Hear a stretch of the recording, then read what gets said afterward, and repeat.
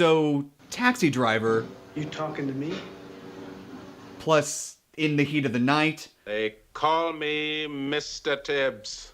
apparently equals this great Disney moment. Are you talking to me? Uh-oh, they called him a pig. Are you talking to me? Shouldn't have done that. Are you talking to me? Now they're in for it. They call me Mr. Pig! Huh, nice to finally get that reference. From the old movies of 30 years ago and beyond, to the world of the new films of the last 30 years. to the movies that are now playing, this is Old, New, and Now Playing. And now, here's your host, Will Robinson Smith. Hello and welcome to Old, New, and Now Playing, your time machine through the world of movies, and our first official review of 2017. So good to be talking movies with you once again, and what a way to start off the new year talking about a film from one of cinema's greatest. So get your squad cars ready and let's dive right in. This is your feature presentation.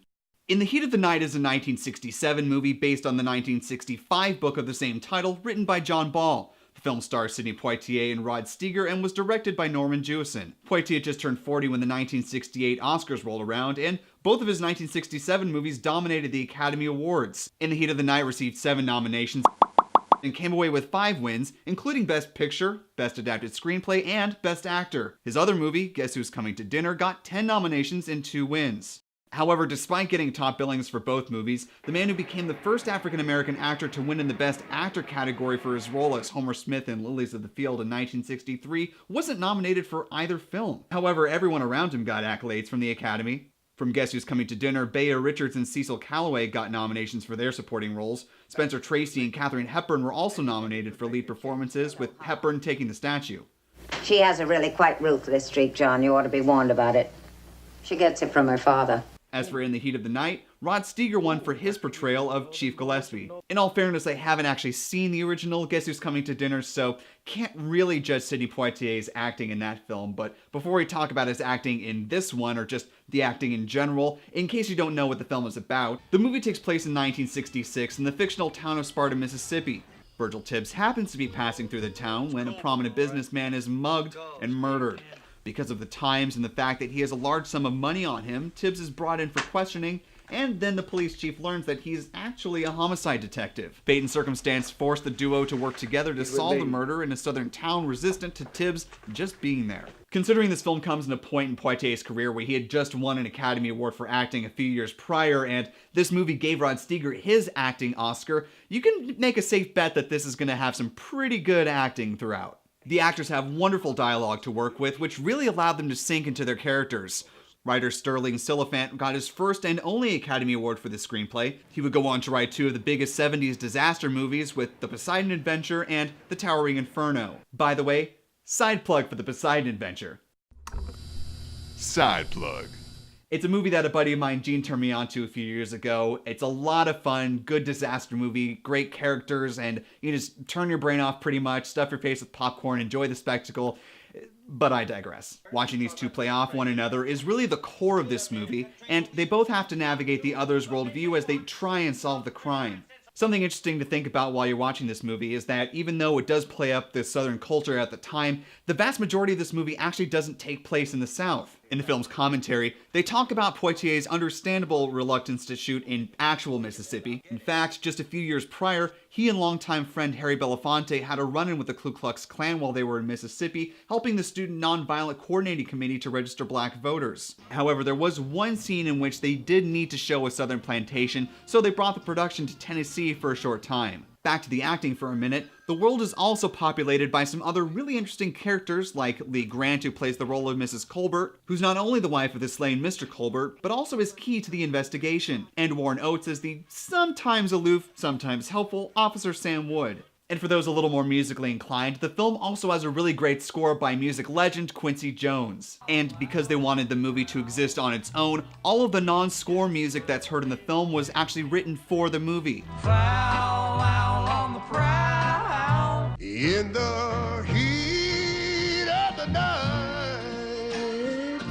Plus, Ray Charles sings the title song on the soundtrack, which is pretty cool and sets the mood for the film. Add to that, the shots they put together for the intro make for a great opening sequence. So there definitely is a part of the movie that I do want to talk about, and it really does venture into the major spoiler side of things.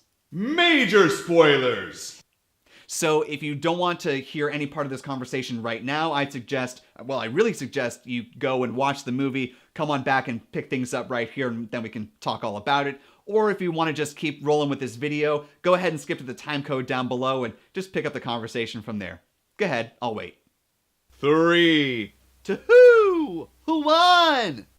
Okay, so the scene I'm talking about, I'm sure you might have been able to guess by now if you've seen the movie. It's the slap scene. For all the boundaries this movie pushed, none was as big as the scene in which Tibbs counterslaps Endicott, played by Larry Gates. The moment was dubbed by director Norman Jewison and others as the slap heard around the world. At the time the movie was released, race relations were at a boiling point, and the film makes a very bold and decisive commentary about where the country is and how the world is changing for everyone. Bear in mind, this movie came out the year before Martin Luther King Jr. was assassinated.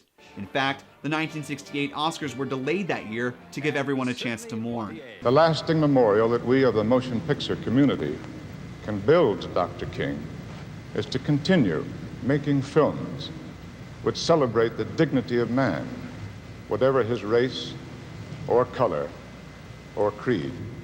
This is a really important scene because after the slap, Gillespie does nothing. He could have easily arrested Tibbs, he could have tackled him to the ground, shot him, much worse, and he's just stunned. There's no physical or discernible punishment for Tibbs, and they just both walk out of the greenhouse, and this is an amazing turning point in cinema and just a symbol of where the country is, and it was a very powerful and interesting decision by the filmmakers, and one that really resonates from that point forward.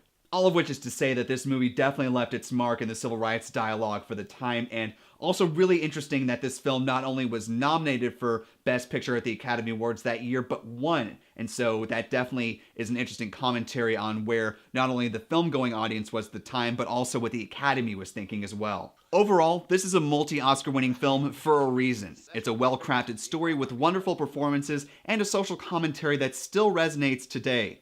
I give In the Heat of the Night a 9 out of 10. As of the recording of this movie, the film actually isn't available for streaming on Netflix, but you can pick it up for a pretty decent price. I got mine at Barnes & Noble, and it's, since we're in 2017, this is the 40th anniversary edition, so kind of cool. Got some good special features on here as well, so easy to find, good thing to have in your library. One last fun fact though, this movie went on to inspire 2 sequels with Sidney Poitier's Virgil Tibbs returning.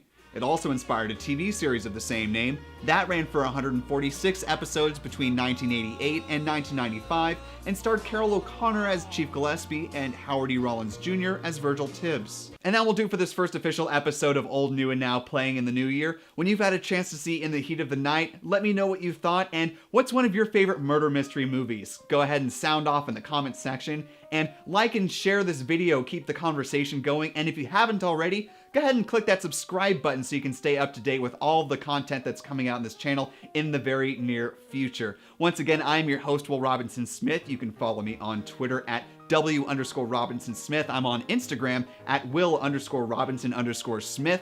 And thank you so much for watching. You guys rock, and I will see you next time.